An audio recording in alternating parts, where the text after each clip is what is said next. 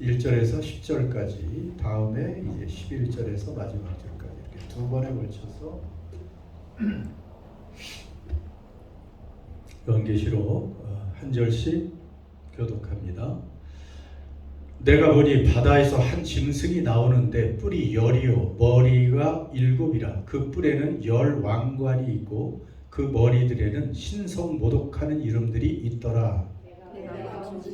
표범과 비슷하고 그 발은 곰에 발랐고 그 입은 사자의 입 같은데 여기 자기의 능력과 보좌와 큰 권세를 그에게 주었더라.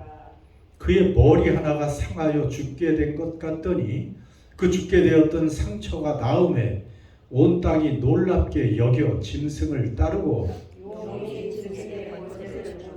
용에게 경배하며 짐승에게 경배하여 이르되 누가 이 짐승과 같으냐 누가 능히 이와 더불어 싸우리여 하더라.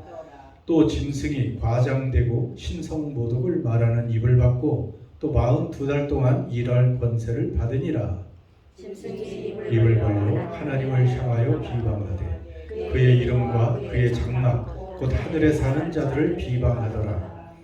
또 권세를 받아 성도들과 싸워 이기게 되고 각 족속과 백성과 방언과 나라를 다스리는 권세를 받으니 주님을 당한 어린 양의 생명책에 창세 이후로 이름이 기록되지 못하고 이 땅에 사는 자들은 다 그 짐승에게 경배하리라. 누구든지 귀가 있거든 들을지어다. 사로잡힐 자는 사로잡혀갈 것이요 칼에 죽을 자는 마땅히 칼에 죽을 것이니 성도들의 인내와 믿음이 여기 있느니라. 아멘.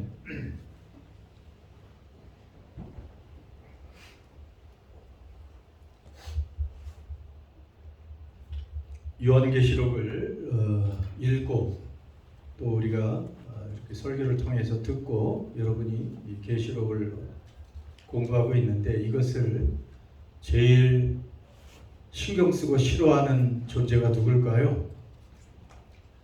그렇죠.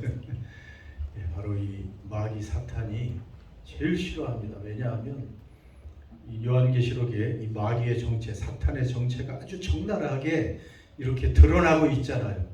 이 사탄이 누군지, 근원이 어딘지, 무슨 일을 하는지, 어떻게 성도들을 유혹하는지, 그의 종말이 어떻게 될 것인지 결국 불못에 던져지잖아요. 그 추령들과 함께. 그리고 그가 유혹한 모든 인류와 함께 영원한 불못에 던져지니 이러한 자기의 그 치부가 다 드러나고 정체가 드러나니까 이 요한계시록을 아주 싫어합니다. 그래서 요한계시록을 강해를 많이 못하게도 하고 이거를 들을 때 방해도 많이 해요. 사탄이 실제적으로. 그래도 여러분은 이렇게 계시록을 계속 듣는 거 하나님의 은혜인 줄 믿습니다. 이 약한 사람은 이게 낚아채죠. 계시록 못 듣게 하는 경우가 이게 예전부터 있어 왔어요. 이런 일들이. 그런 얘기를 제가 아주 여러 가지 해프닝 이런 것들이 있다는 걸 많이 들었습니다.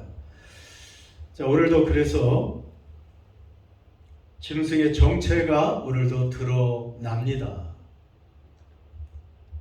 드디어 짐승 이야기가 시작됩니다. 이번 주와 다음 주.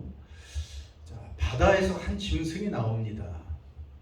바다에서 한 짐승이 나오는데 뿔이 10이고 머리가 7이고 뿔에는 10 왕관이 있고 머리들에는 신성모독하는 이름들이 있더라.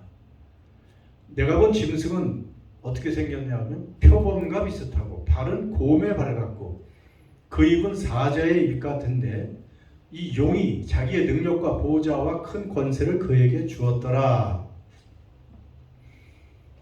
여러분, 그래서 이 짐승은 누구에 의해서 나온 거예요? 자기 스스로 바다에서 나왔습니까? 사실 영어 성경에는 저렇게 시작이 되어 있어요. And the dragon stood on the shore of the sea. 그게 먼저 나와요. 용이 해변에 서 있었다. 그 말부터 시작을 해요. 그러니까 용이 해변에 서 있고 그 다음에 이제 바다에서 한 짐승을 끌어내는 거잖아요. 그러니까 여러분 용이 바다에서 짐승을 끌어올리고 그에게 2절 마지막에 보면 뭘 줘요? 능력과 보좌와 큰 권세를 그에게 주는 겁니다. 짐승에게 주는 거예요. 우리가 지난주에 용이 뭔지 알았잖아요. 큰 용, 옛뱀, 사탄, 마귀 다 똑같은 말이라 그랬죠? 예, 사탄을 말합니다. 공중의 권세자분, 임시 세상의 왕노릇하는, 자, 이 사탄에 의해서 사실은 그래서 짐승이 이렇게 바다에서 나오고 있죠. 그런데 왜 바다에서 나왔을까? 네, 뭐 이것은 큰 의미라기보다는 바다는 고대의 큰 그 혼돈과 무질서, 흑암, 이것을 상징하는 그러한 곳이기 때문에 사탄이 존재하는 것은 이렇게 혼돈과 무질서, 위험과 파괴가 있는 곳이다. 예, 바다의 상징이 그러니까 이제 그런 곳에서 나왔다는 것이고죠. 그 다음에 짐승의 모습부터 보면 뭐 같이 생겼어요? 2절에 보면 표범, 또 곰, 또 사자. 이것은 다니엘서 7장에 보면 이런 거 제국을 얘기하는 거예요. 나라들, 뭐 그 전에 뭐 아시리아, 그 다음에 바벨론, 그 다음에 바사, 메데, 뭐 이런 큰 제국들, 결국 마지막에 로마, 이렇게 쭉 이어지는 그런 제국들을 의미하고 있습니다. 근데 그것이 합쳐져 있잖아요, 지금. 그리고 그 짐승, 그래서 짐승이라는 것은 어떻게 보면 큰 왕국이나 나라, 정치 체제, 통치 체제, 뭐 이런 것을 의미하는 거예요. 그리고 뿔이 열이고 열 왕관이 있다. 그러니까 뿔은 또 권세와 힘을 얘기하는 거거든요. 그래서 어떤 이 세상에서 사탄의 사주를 받아서 세상에 일어나는 큰 권세 있는 나라나 뭐 왕국, 정치 체제 이런 것들을 사실은 이 짐승이라고 말할 수가 있습니다. 그리고 사탄은 이렇게 모습만 바꾸면서 늘 모든 시대에 하나님을 대적하는 그런 형태로 나타나고 있다는 것을 알려주고 있죠. 그런데 그 짐승에게는 또 1절 마지막 그 하반절에 보면 그 머리들에는 뭐가 있어요? 신성 모독하는 이름들이 있더라. 그러니까 하나님을 모독하는 그러한 세력들, 그런 세력들이 있다는 것이죠. 그래서 어떻게 보면 이 모든 그런 로마, 뭐 그 전에 바벨론, 그리스, 그 다음에 그 후에 일어나는 무슨 뭐 세상에 힘 있는 나라들이 어떻게 보면 다 짐승이라고 말할 수는 없어요. 또 그 중에서도 특별히 하나님을 대적하고 직접적으로 그 다음에 교회를 박해하고 성도들의 신앙을 굉장히 억제하고 또 성도들을 박해하는 이런 모든 세력을 우리는 이 짐승이라고 말할 수가 있고요. 사실은 다음 시간에 보는 이 적그리스도하고 이것이 연결이 됩니다. 이 짐승의 전략을 보면 짐승의 전략, 이 짐승을 대충 상상해서 이렇게 머리가 7, 뿔이 10개, 뿔마다 왕관을 쓰고 사자, 곰, 표범같이 생긴 이것이 바다에 나오는 그런 상징인데 뭐 정말 저렇게 흉악한 모습으로 흉측한 모습으로 우리에게 공격하는 게 아니에요.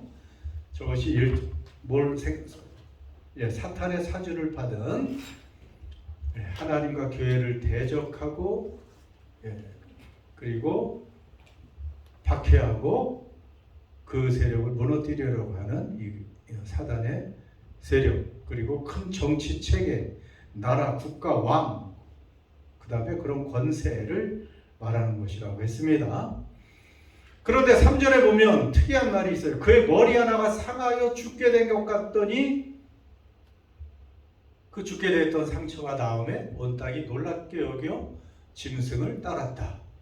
그 중에 머리 하나가 7개 중에서 죽은 것 같이, 그 중에 하나가 아마 죽은 것 같이 그 요한의 그 눈에 그 환상 중에 보였다는 것이죠. 그런데 어떻게 됐어요? 다시 상처가 나았다. 그러니까 다시 살아났다는 뜻이에요. 죽으려고 했던 그 머리가 나와서 온 땅이 놀랍게 여겨 짐승을 따랐다. 이것이 원래는 그 로마 이 당시 이 요한계시록은 어느 시대에 쓰였다고 그랬어요? 지금 사도 요한이 로마 시대에 쓰고 있는 거예요. 로마 시대. 근데 로마 시대에 루머가 항상 있었는데 뭐가 하면 여러분 로마에서 기독교 교회를 최고 박해했던 그 사람이 네로 황제 아시죠? 네로. 약간 좀 미치광이 같은 네로. 그 다음에 그런데 무슨 네로가 죽은 후에 사람들이 로마 시대 로마 전체에 어떤 소문이 있었냐면 네로는 다시 부활할 것이다. 네로가 다시 살아난대요. 그런데 정말 네로가 살아날 수 있어요? 예수님밖에 못 살죠. 그런데 살아났다고 그들은 생각하고 도미시안 황제라고 지금 요한계시록의 배경이 된 그 당시에 박해를 하고 있던 아주 교회를 잔해했던 도미시안 황제가 로마의 그 네로 황제가 죽었다 살아난 분신이다 이렇게 사람들이 또 생각을 했어요. 그러니까 결국은 죽었던 네로 같은 자가 또 살아왔네. 그리고 자 결국은 이 로마도 짐승이라고 그랬잖아요. 그 당시 짐승이에요. 그리고 그 황제들은 그 로마를 다스리는 권세를 가진 왕관을 쓴 실제적인 통치자죠. 그런데 죽은 것 같은데 죽지 않고 살아났다. 그러니까 사람들이 놀랍게 여기는 거예요. 놀라. 왜 놀랍을까요? 당연하지. 죽은 왕이 살아난다. 그리고 죽은 짐승이 살아났으니 사람들이 놀라죠. 이것은 보통 일이 아니다. 하늘로부터 권세를 받았구나. 저 권세는 영원할 거야. 그렇게 생각하면서 온 땅이 놀라고 짐승을 따르게 된다는 것입니다. 그런데 왜 이렇게 그런데 저게 사실입니까? 그게 아니잖아요. 속이는 거잖아요. 가짜잖아요. 여러분 죽었다가 살아나신 분은 누구예요? 예수님밖에 없습니다. 부활은 진정한 부활은 우리 예수 그리스도 그분이 죽으셨다가 3일 만에 무덤에서 사망 권세를 이기고 부활하신 분은 우리 예수님이신데 이 짐승도 흉내를 내는 거예요. 모방을 하는 것입니다. 진짜 힘이 없으니까 가짜로 흉내내서 사람들을 속이는 거예요. 나도 부활할 수 있다. 우리도 부활할 수 있다. 그러니 우리도 권세가 있고 힘이 있으니 나를 따르라 하는 것입니다. 그러니까 사탄은 늘 모방을 이렇게 하잖아요. 굉장히 뭐가 있는 것처럼 얘기를 하죠. 사탄의 그 모방 때문에 이단들이 많이 생기는 거예요. 이단들이 진실을 분별하지 못하고 따라가는 것입니다. 가짜 복음이 얼마나 많아요. 그뿐 아니고 사람들이 지금도 이 세상의 권세, 그 권세 중에도 현재 이 자본주의 시대와 이런 이념도 어떻게 보면 하나의 권세죠. 한때 공산주의가 큰 권세를 가지고 수많은 나라들을 또 미혹해서 이끌어갔던 것처럼 그 반대 자본주의도 마찬가지예요. 그것도 가짜 복음이에요. 마치 죽어가는 나에게 돈이 나를 살리는 것처럼 그렇게 속삭이기도 하잖아요. 돈이 좀 있으면 내가 살아날 것 같아. 내가 뭔가 성공하면 내가 살아날 것 같아. 사람들의 그 관계가 회복되면 내가 좀 살아날 것 같아. 또는 내 건강이 회복되면 내가 살아날 것 같아.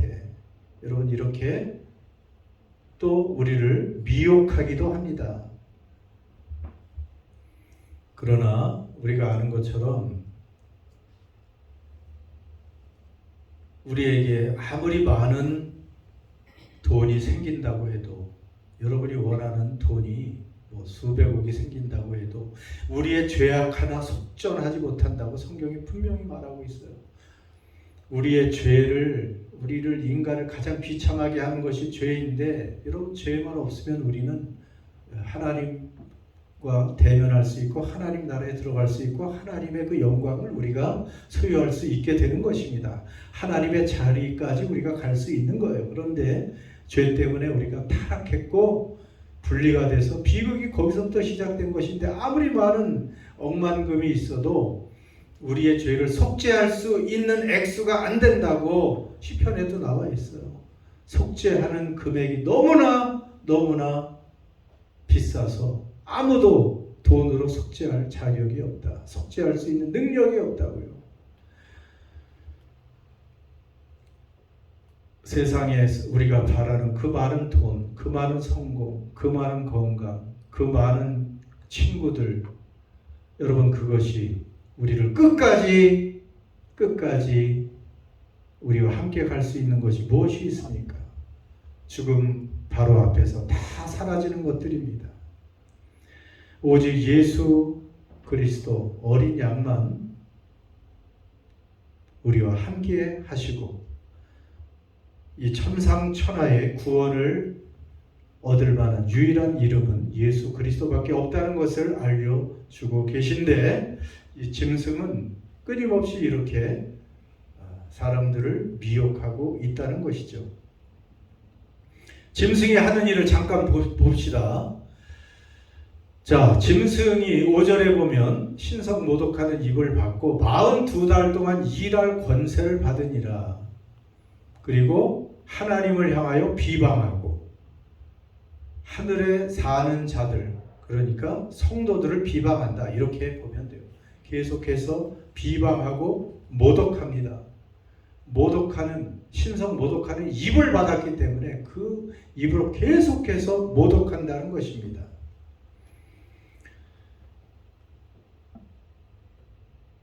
어떤 식으로 모독하나요?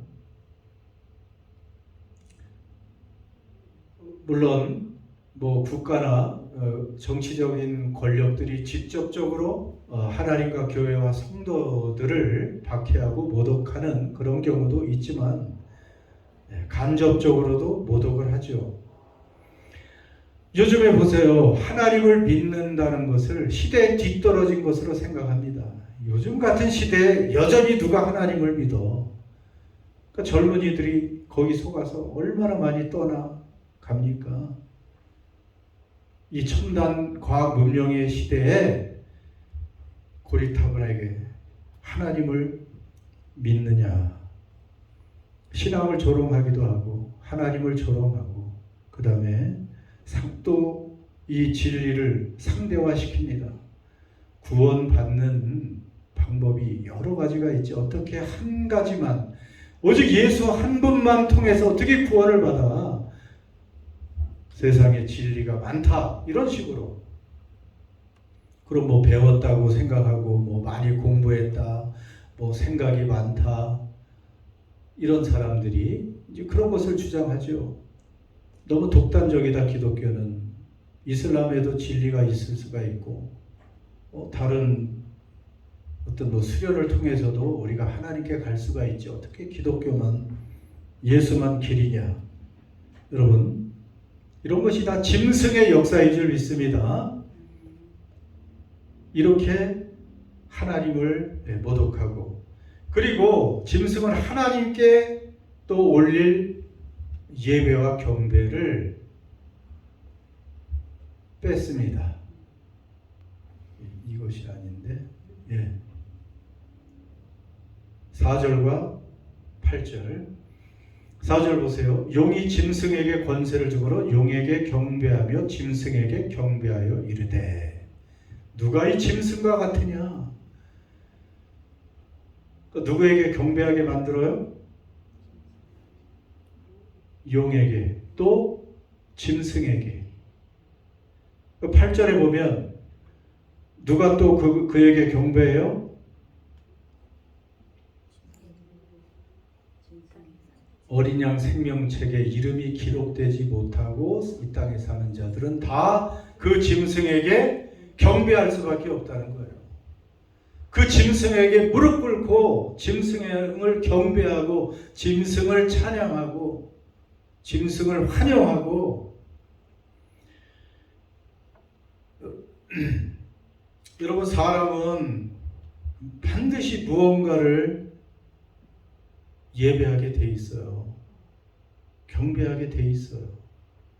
하나님을 예배하고 하나님 앞에 무릎 꿇지 않으면 다른 것에 무릎을 꿇게 돼 있습니다. 다른 것을 경배하게 돼 있어요. 계속 말하지만 사람들이 하나님께 경배하고 하나님을 두려워하지 않으면 사람들을 두려워하게 되고요. 돈을 숭배하게 되고 성공을 찬양하고 권력에 무릎을 꿇고 또 이념에 사로잡혀 살고, 하나님을 안 믿는다고 말하지만 사실은 짐승을 예배하고 있는 것입니다. 늘 우리 자신을 돌아보라 그랬죠. 우리가 제일 많이 매일매일 사용하는 시간, 무엇을 위해서 사용하고 있는가? 물론 생계를 위해서 일하는 그런 것 필요하겠지만 그 외에 그러면 나는 무엇을 위해서 제일 많이 시간을 사용하고 있나? 그것을 돌아보면 내가 무엇을 지금 따르고 있나 조금 답이 나와요. 그리고 내 감정이 어떤 때 아주 민감하게 반응하는가? 이것도 점검해 볼 수가 있고요. 내가 힘들고 어려울 때 제일 찾는 것이 무엇일까? 내가 진짜 하나님을 찾나? 아니면 다른 어떤 방법을 찾고 있지 않나? 잘못하면 사탄은 할 수 있는 대로 믿음의 성도들을 유혹하려고 하기 때문에 우리가 늘 정신 차리고 짐승에게 절하거나 예배하면 안 된다는 것이죠. 특히 저 8절, 오늘 찬양도 있었지만 어디에 이름이 기록되지 못한 사람입니까? 생명책인데 어떤 누구의 생명책? 어린 양의 생명책. 또 어떤 어린 양? 죽임을 당한 어린 양. 죽임을 당한 어린 양. 하나님의 그 거룩하고 영광스러운 보좌 앞에 예수님은 어린 양의 모습으로 있었다고 했잖아요. 그렇게 힘있고 권세있고 사람들 보기에 멋진 그런 위엄찬 그런 모습으로 있을 수도 있는데 죽임을 당했던 그 초라한 어린 양의 모습으로 예수님이 있다는 것입니다. 왜냐하면 그의 죽음으로 생명을 주는 길을 마련했기 때문에. 그러니까 생명책에 기록되려면 누구를 믿어야 되는 거예요? 어린 양 예수를 믿어야 되는 거예요. 왜 어린 양입니까? 내 대신 제물이 되어주신, 내 죄를 속죄해 주신 그 어린 양, 그분을 믿으면 생명책에 우리의 이름이 기록되는 것입니다. 여러분, 진짜 뭐 생명책이 있을까요? 뭐 있을 수도 있는데 우리 하나님이 전지전능하신 분이에요. 다 알아요. 딱 보면 그 수억의 수백억의 모든 사람의 이름을 다 안다고 했어요. 그리고 주님이 우리와 차원이 다르신 분이 그 뭐 기억을 못해서 적는 건 아니고 상징적인 것이죠. 생명을 얻으려면 우리 대신 대속의 죽임을 당한 어린 양을 믿어야 된다. 그렇지 않으면 누구에게 무릎 꿇어요? 다 짐승에게 경배하는 거예요. 짐승에게 절하는 그러한 불쌍한 사람들이 되는 것입니다.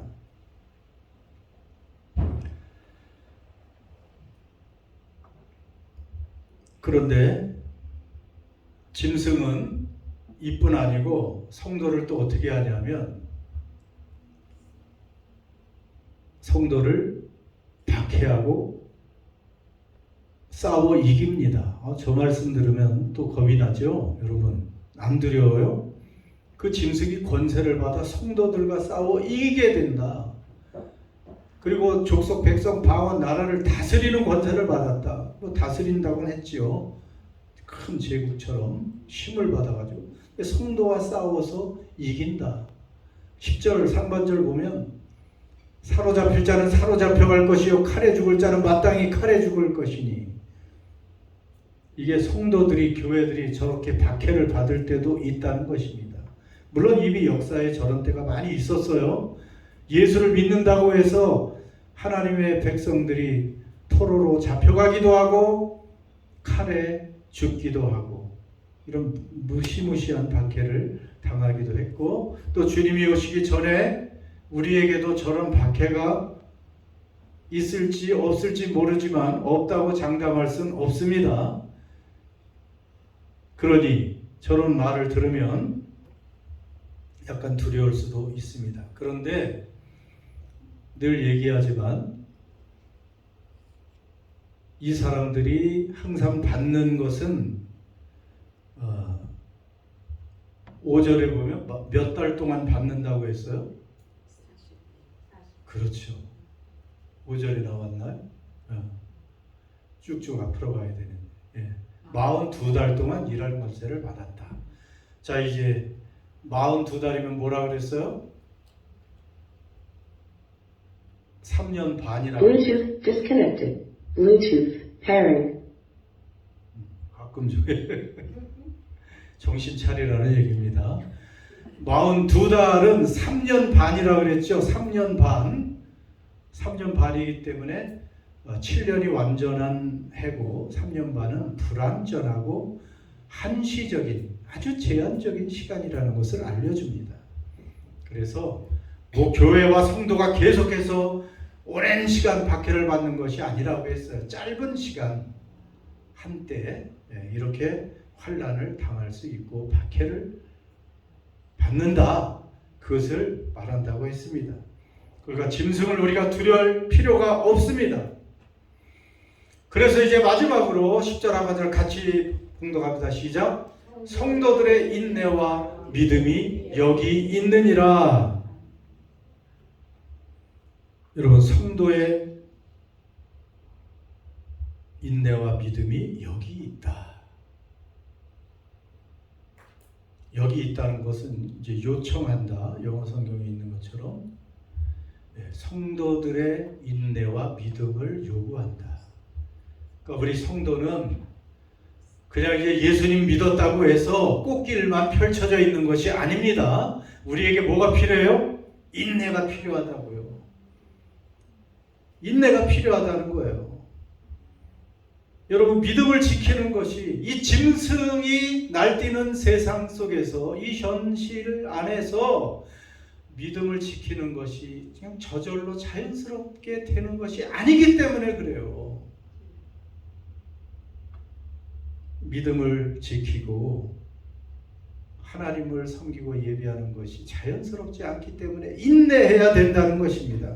힘이 들어가야 된다는 거예요. 그러니까 많은 성도들이 시험에 들고 포기하려고 할 때가 많이 있죠. 예수님 믿고 예배하는 것이 계속 하나님을 섬기는 것이 즐겁고 기쁘기만 하고 하면 좋으련만 때로는 그게 지치게 만들고 피곤하게 하고 힘들게 만들고 그러니까 견뎌야 되고 이럴 때도 있으니까 여러분 그 예배 나오는 것도 쉽지 않아요. 예배 나오는 것도 큰 교회 많은 사람들이 나오지만 또 그런 곳은 사람 보러 다니는 경우도 많고 정말 하나님께 순수한 마음으로 나를 구원해 주시니 어린 양 예수를 찬양하고 예배하기 위해서 기쁨으로 달려 나오는 것이 쉽지 않은 그런 세상입니다. 인내가 필요합니다.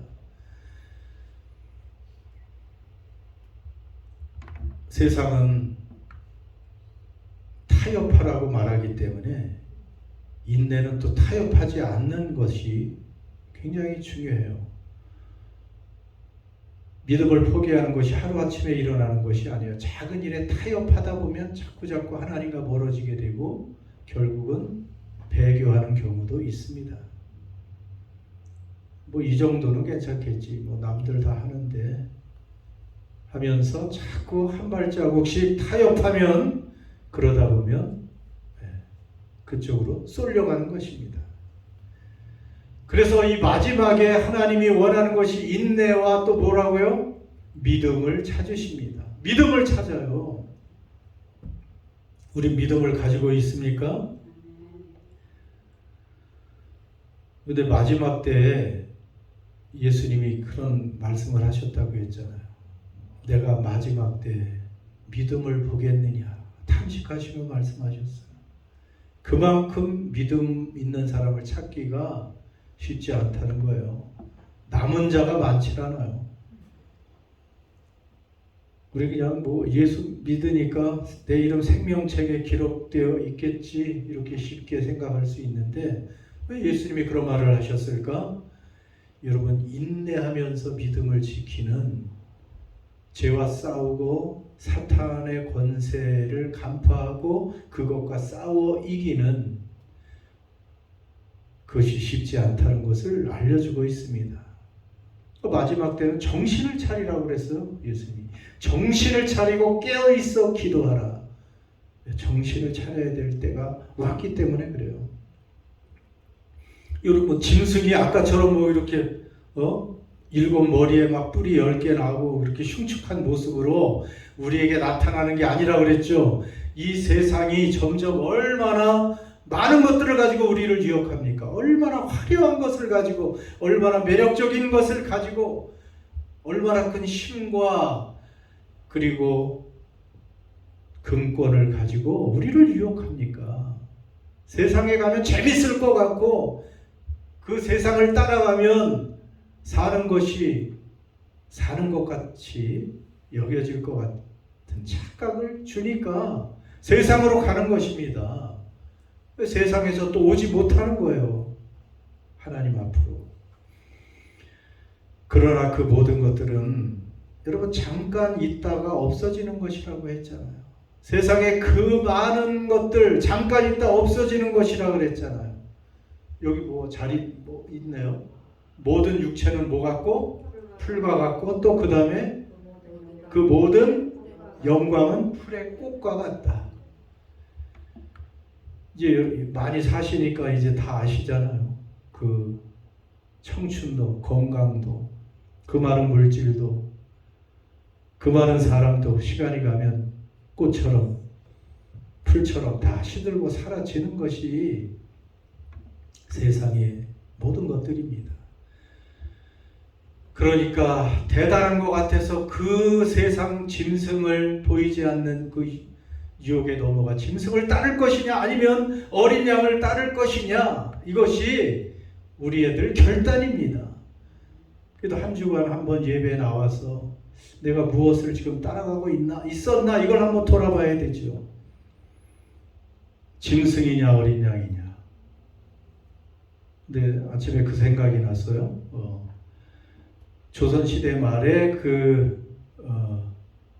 하나의 우화가 있었죠. 어린 아이들에게 알려준 것이지만 그것은 어른들을 위한 하나의 우화였죠. 오누이가 있었는데 오빠와 여동생이 하늘로 올라가서 뭐가 됐다? 해와 달이 되었다 하는 것인데 뭐 그것과 오늘 성경과 다 이거 연관시키지 말고 두 가지가 나오죠. 썩은 동아줄과 어떤 동아줄? 뭐가 내려와요? 새 동아줄이지. 하나는 새 동아줄이 있고 썩은 동아줄이 있어. 호랑이가 막 따라와가지고 뒤에 그 오누이는 어떤 동아줄을 잡았어요? 새 동아줄을 잡고 올라갔는데 호랑이는 뭐 어떤 동아줄? 썩은 동아줄. 근데 썩어 보이질 않아. 오늘 성경하고 이렇게 비유하면 그 동아줄이 튼튼해 보여요. 그 동아줄이 화려해 보여요. 그 동아줄을 딱 잡으면 내가 원하는 하늘로 높은 곳으로 올라갈 것 같아요. 내게 행복과 만족을 줄 것 같아요. 그런데 그걸 잡고 조금 올라가니까 사실은 썩은 동아줄이야. 그래서 올라가다가 그냥 그것이 끊어져서 떨어져서 영원한, 뭐 거기 호랑이는 뭐 피가 났다 그래서 죽었다 그러지만 영원한 불못에 떨어지는 거예요. 진짜 살아있는 새 동아줄 하늘까지 우리를 인도할 수 있는 그 튼튼한 새 동아줄은 누구예요? 어린 양 예수. 여러분 오늘 두 가지밖에 없어요. 중간에 뭐 이상한 동아줄이 없습니다. 타협이 없어요. 우리는 어린 양 예수라는 그 튼튼한 생명으로 인도하는 유일한 길, 그 동아줄을 붙들 것이냐, 아니면 속아서 짐승에게 속아서 썩은 동아줄을 크게 좋다고 붙들 것이냐. 결국은 파멸로 끝나는 것입니다.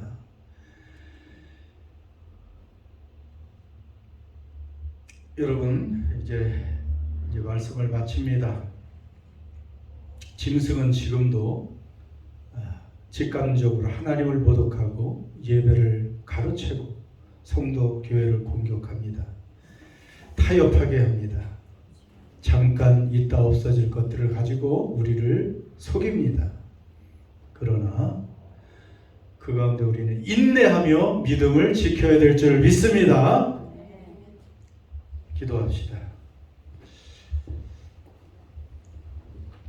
여러분 세상이 아무리 강해 보이고 아무리 화려해 보여도 짐승이 그럴듯하게 속이고 모방해도 생명과 평안과 진리는 우리 주님밖에 없습니다. 짐승을 따라가면 파멸입니다. 그래서 우리는 또다시 결단해야 될 줄 믿습니다. 행여나 나는 실수로 짐승을 따르지 않겠습니다. 나는 끝까지 어린 양을 따르겠습니다. 어린 양을 붙들겠습니다. 우리 하나님만 의지하겠습니다. 지금부터 영원까지 변함없는 사랑과 은혜 베푸시고 우리를 구원하시고 인도하시는 우리 하나님만, 신실하신 주님, 우리를 사랑하시는 주님만 따르겠습니다.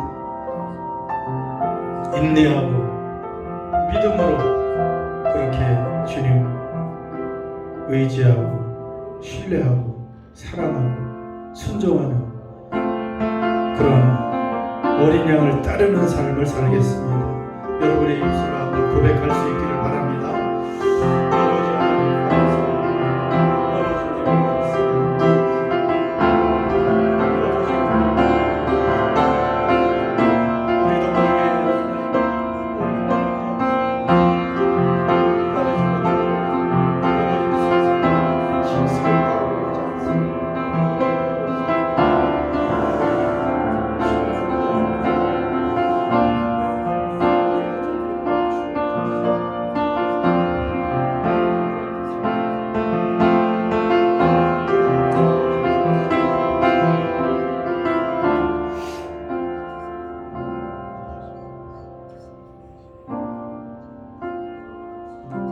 하나님 감사합니다.